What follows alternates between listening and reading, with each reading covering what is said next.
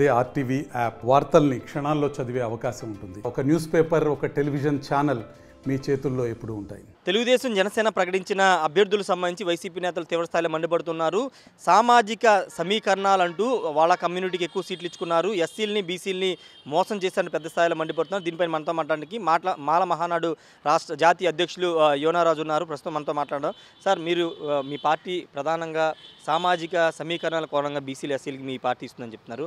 నిన్న ప్రకటించిన అభ్యర్థుల విషయంలో టీడీపీ జనసేన ఎక్కడ కూడా సామాజిక సమీకరణాలు పాటించలేదని మీరు ఆరోపిస్తున్నారు. ఏంటి సార్? జేబీఎం అండి. నా పేరు నత్త యోనారాజు. నేను వ్యవస్థాపక పివిరామ్ మాల మహానాడు జాతీయ అధ్యక్షుడిని. ఈ రాష్ట్రంలో ఎస్సీ ఎస్టీ బీసీ మైనారిటీలు ఉండాలి, తినాలి, బట్టకట్టు తిరగాలంటే వైఎస్ జగన్మోహన్ రెడ్డి గారే మరలా 2024లో సీఎం అవ్వాలి. ఎందుకు చెప్తున్నానంటే ఎస్సీ ఎస్టీ బీసీ మైనారిటీలని హక్కును చేర్చుకొని ఇంచుమించుగా బీసీకి 4 రాజ్యసభ సీట్లు ఇచ్చాడు, ఎస్సీకి గొల్లబాబురావు గారు మొన్న రాజ్యసభ సీట్ ఇచ్చారు. చరిత్రలో బీసీలు ఎన్నెముకని టీడీపీ చెప్పుకునే వాళ్ళు బీసీలకి మొండి చేయి చూపించారు. జగన్మోహన్ రెడ్డి గారు నేను ఎస్సీలు నా పార్టీ, మాలలు నా మేనమామలని చెప్పుకునే జగన్మోహన్ రెడ్డి నిరంతరం నేనున్నాను అని చెప్పే గొప్ప నాయకుడు జగన్మోహన్ రెడ్డి గారు. పవన్ కళ్యాణ్ గారు ఉన్నారు. పవన్ కళ్యాణ్ గారు, జగన్మోహన్ రెడ్డి గారు ఇద్దరు ఒకసారి పార్టీ పెట్టారు. జగన్మోహన్ రెడ్డి ఫస్ట్ 18 సీట్లు రాజీనామా చేసి 16 సీట్లు గెలిచాడు ఒంటరిగా వెళ్ళి. అదేవిధంగా రెండోసారి 14లో అన్ని సీట్లు పోటీ చేశాడు, 67 సీట్లు వచ్చినాయి. అదేవిధంగా 2019లో సీఎం అయ్యాడు. నేను ఎందుకు చెప్తున్నానంటే పవన్ కళ్యాణ్ గారు ఇంచుమించుగా జగన్మోహన్ రెడ్డి గారు పార్టీ పెట్టినప్పుడు ఆయన పార్టీ పెట్టాడు, ఒక్క సీటు గెలిచాడు రాపాక వరప్రసాద్ గారు. ఆయన కూడా దగ్గరికి తీసుకోలేదు. జగన్మోహన్ రెడ్డి గారు కేవలం జన సైనికుల్ని, జనసేన నాయకుల్ని, కాపుల్ని చంద్రబాబు దొడ్లో తాకట్టు పెట్టాడు. ఆయన వ్యక్తిగత స్వార్థాల గురించి ఎంతకైనా తెగిస్తాడు.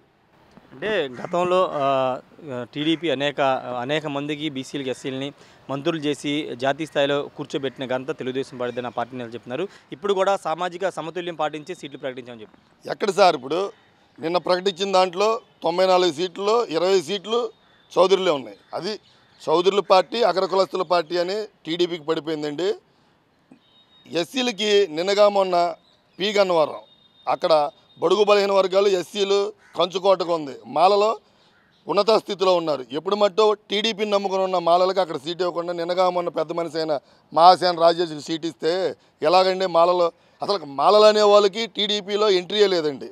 ఇప్పుడేదో మహాసేన రాజేష్ని అడ్డు పెట్టుకొని జగన్మోహన్ రెడ్డి మీద దుమ్ము పోయాలని చెప్పే ఇల్లు ఏదో కపట వేషాలు తప్పితే అక్కడ టీడీపీ వారు పార్టీని క్లోజ్ చేసి అన్నిటికీ రిజైన్ చేశారు. నిన్నగా మొన్న ఇక్కడ ప్రకటించిన సీట్లో తిరువూరులో ఎప్పటి నుండో నమ్ముకుని ఉన్న స్థానిక టీడీపీ నేతలు పార్టీ క్లోజ్ చేశారు. ఈయనెవరో అమరావతి ఉద్యమాన్ని శ్రీనివాస్ గారు వస్తే ఆయనకి సీట్ ఇస్తేస్తండి. వీళ్ళు అమ్ముడు పోయే రాజకీయం చేసేది టీడీపీ వాళ్ళు, జనసేన వాళ్ళు. దానికి నిదర్శనమే మహాసేన రాజేష్ ఇక్కడ తిరువూరు సీటు.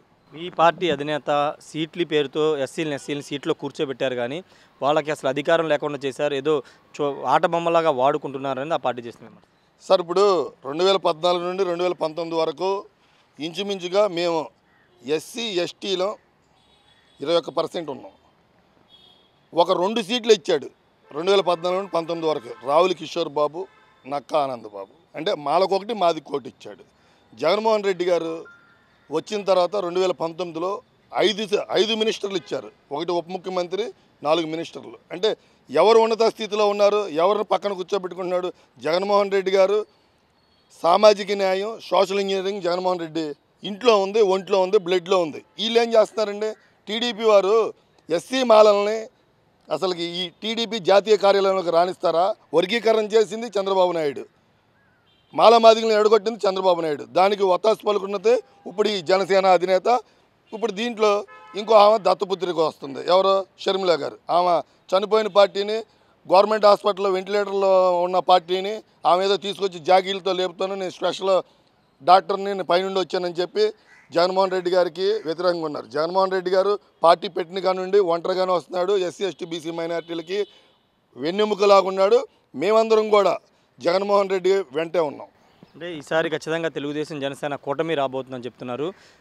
ఎస్సీలకి బీసీలకి గౌరవం ఇస్తాము, పదవులు ఇస్తాము, వాళ్ళకి డబ్బులు కూడా ఇస్తాం పథకాలకు సంబంధించి రెండు పార్టీలు చెప్తారు.